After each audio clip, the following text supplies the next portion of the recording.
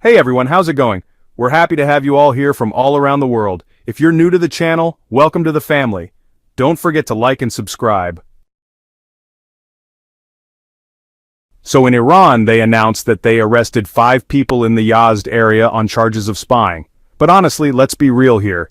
The truth is that Iran just went through the biggest breach and intelligence operation in its history, even bigger than what happened with Hezbollah in the Bekaa Valley. And that's just one of many important points we need to talk about from the latest developments over the past few hours.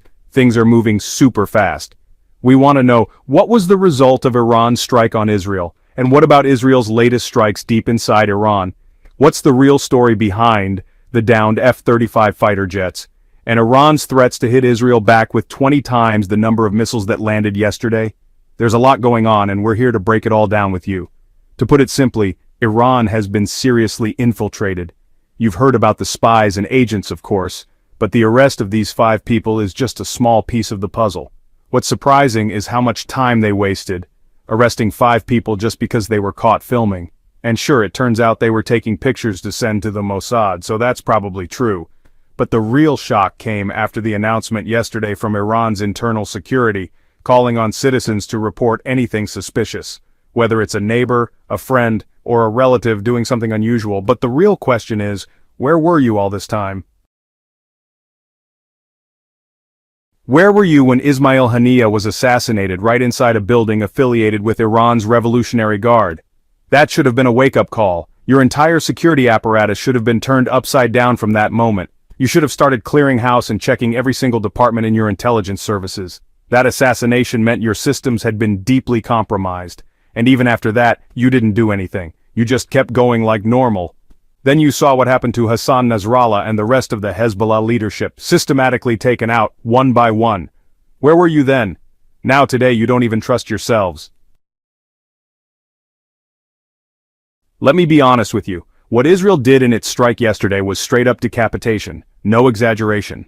When Israel kills or assassinates 20 of the top IRGC commanders, including top-ranking generals, all at once in a single strike, that's a massive blow. And on top of that, Israel directly hit Iran's nuclear program, its pride and joy, right in the heart. 2 nuclear facilities were hit hard. According to reports, both the Natanz and Isfahan sites took heavy damage. That's a powerful blow. As for the scientists, 6 nuclear scientists were reportedly assassinated. But over the past 24 hours, that number has increased to 9. That means 3 more scientists were killed. And what's worse, you didn't even protect the remaining scientists. They were still going home like nothing happened, hanging out in regular places. No precautions taken. Even if we say the 6 scientists were killed in a covert intelligence operation, the fact that Iran hasn't even started filtering or securing the people within its security agencies is shocking. And even if it was Israeli aircraft that carried out the strikes, you didn't see that coming? You didn't secure your facilities? Let's not forget the latest strike on Iran's military infrastructure. Just recently, an airbase in Mehrabad was hit. That's right, in Tehran. This led to a piece in the Jerusalem Post quoting the head of Israel's Air Force, who said that Israeli jets are now fully capable of entering Tehran with no issues. They managed to destroy the entire air defense systems, either through intelligence operations or direct military strikes. They hit the air defense bases, and like I told you yesterday, this wasn't a minor attack. According to the article right in front of you, the Israeli Air Force chief himself said that back in the day, it was tough to get through Lebanese or Syrian airspace because of the obstacles, but today there's no real resistance left. So please, don't start accusing me of bias. Don't come at me with, oh, you're siding with the Shiites or Sunnis. This isn't about sects anymore. Hezbollah's systems were breached. Syria's too. This wasn't a war. It was a full-on intelligence operation to reshuffle everything and bring in new figures like al-Jilani. But we're not even going to get into that now. The point is, Iran's security was massively compromised. That's the result of everything that's been happening lately. And on top of all this, just a little while ago, there was another explosion at a military base in Kermanshah province. These bases are being hit one after the other. According to Iran's statements yesterday, the base at Mehrabad that was struck housed warplanes. That means warplanes are being targeted now. But to be fair, so no one thinks I'm just bashing Iran, I'll say this. Iran did carry out a very significant strike on Israel. It wasn't a joke. They hit military and intelligence targets, including Israel's Ministry of Defense. They even managed to target sites in central Tel Aviv, including platforms used to launch attacks on Iran, according to several reports. Iran versus Israel.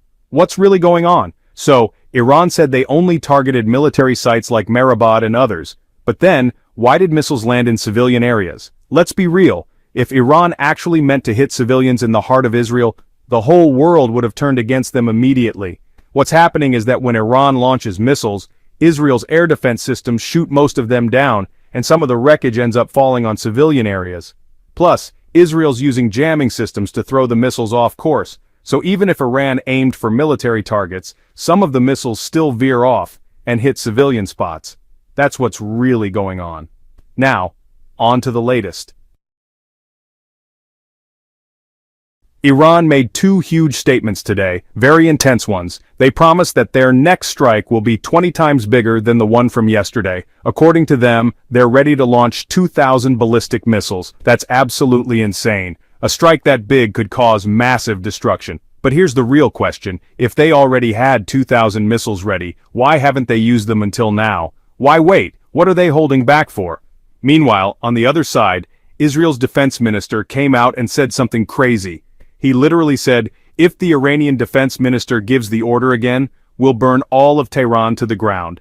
And honestly, from what we've seen so far, the Israelis don't just talk, they do what they say, but that doesn't mean Iran is weak either, not at all. Iran has proven that it's a powerful country, and it's fully capable of hitting deep inside Israel. In my opinion, Iran doesn't want to make a big move just yet. It's like a game of chess. No one wants to play all their cards at once. And according to Israeli media, we could see major strikes within the next 24 hours. By the time this video goes live, we might already be seeing those attacks. But let's be clear, even though Israel seems tough, this war has shown that Israel isn't some unstoppable superpower. The Iranian ballistic missiles, like it or not, did manage to hit targets inside Israel. That's proof that their missile systems are working and dangerous. So again, this isn't me hyping Iran or trying to bring Israel down. It's just facts. If Iran hadn't been dealing with so many internal security breaches, things might have played out very differently. And let's not forget how Hezbollah got infiltrated and picked apart from the inside. That's a huge deal. Also think about how Israel was able to target Iranian air defenses before their jets even entered Iranian airspace. They did it with drones, which apparently were hidden in trucks disguised as civilian vehicles. That's how deep the breach was. Now let's talk about the F-35 jets. Iran is claiming they shot down 2 or even 3 Israeli F-35s. That's a big deal because the F-35 is considered the crown jewel of both the Israeli and American air forces. Iran even says they've captured a pilot, or maybe just part of the wreckage. As expected, Israel quickly denied everything, saying there's no way an F-35 got hit. But here's the thing, if Iran can prove it, and especially if they've captured anything solid like a pilot, this would be a global scandal. It wouldn't just embarrass Israel, but the entire NATO alliance and the US, who rely heavily on that aircraft. It would basically prove that the invincible F-35 can be taken down. So right now, it's a war of words. Iran says they shot them down. Israel says never happened. Could be propaganda. Could be psychological warfare. Still, if you look closely, when Israeli officials like Avichai Adre were giving statements, their hands were literally shaking. They're clearly nervous. Even with everything Iran's been hit with, it's obvious. They're not a weak country. If Iran can hold it together, recover from the recent assassinations of its military leaders and nuclear scientists, and hit back strategically, it proves the Iranian system is still strong, not just relying on a few key people, but with backups ready to lead. So don't think this is over. The strikes from yesterday, that's just the beginning. There's way more escalation coming. Iran has already warned the US and other countries that if they help Israel, they'll be targeted too. And word on the street is that America just gave Israel 200 Hellfire missiles before these strikes started. That means this thing could spiral even further. Iran might start hitting US military bases in the region too.